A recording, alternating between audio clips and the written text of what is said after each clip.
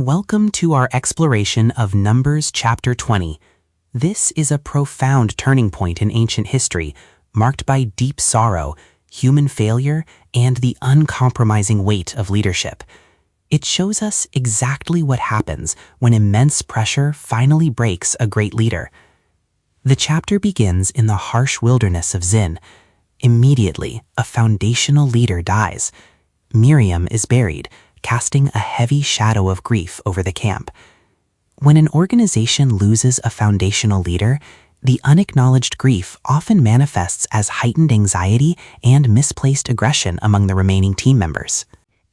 Survival quickly overtakes mourning. There is no water, and the community rebels.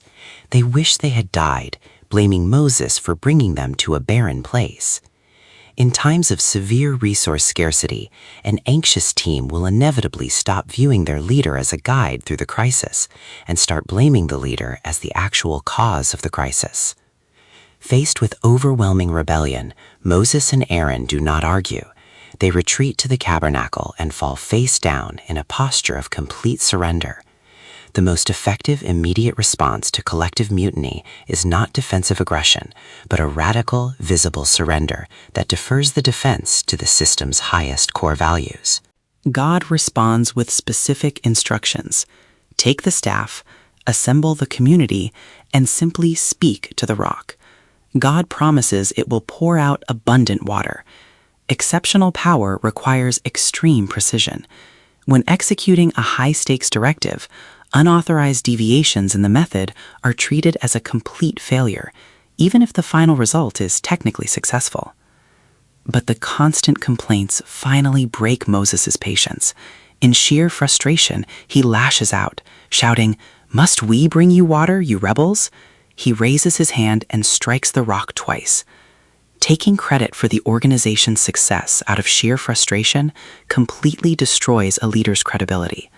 Allowing emotional burnout to hijack the core mission is a fatal error. Water gushes out, saving the community, but a line is crossed. God delivers a devastating consequence. Because Moses compromised God's holiness, he is permanently denied entry into the Promised Land. The higher the level of leadership, the smaller the margin for error. Decades of faithful service do not immunize a leader from the severe consequences of publicly compromising foundational integrity. Following this tragedy, Moses politely appeals to the king of Edom for safe passage, relying on their shared ancestry. Edom flatly refuses, marching out with military force. Past relationships and shared history cannot be relied upon to override present political realities. Leaders must always have a contingency plan when former allies aggressively close their borders. The chapter closes on Mount Hor. Moses, Aaron, and Eleazar climb the summit. Moses removes Aaron's priestly garments and places them on Eleazar, visually transferring the priesthood before Aaron dies. A healthy organizational succession requires a highly visible, undeniable transfer of authority before the outgoing leader departs, preventing a power vacuum during the grieving process. Numbers 20 is a chapter of intense sorrow and severe consequences, yet God's provision still flows from the rock. This leaves us with two important questions to chew on today. First, under immense pressure, do you execute the mission exactly as directed, or do you lash out and strike the rock out of frustration? And second, have you established a visible, undeniable succession plan to transfer authority when a key leader must step down?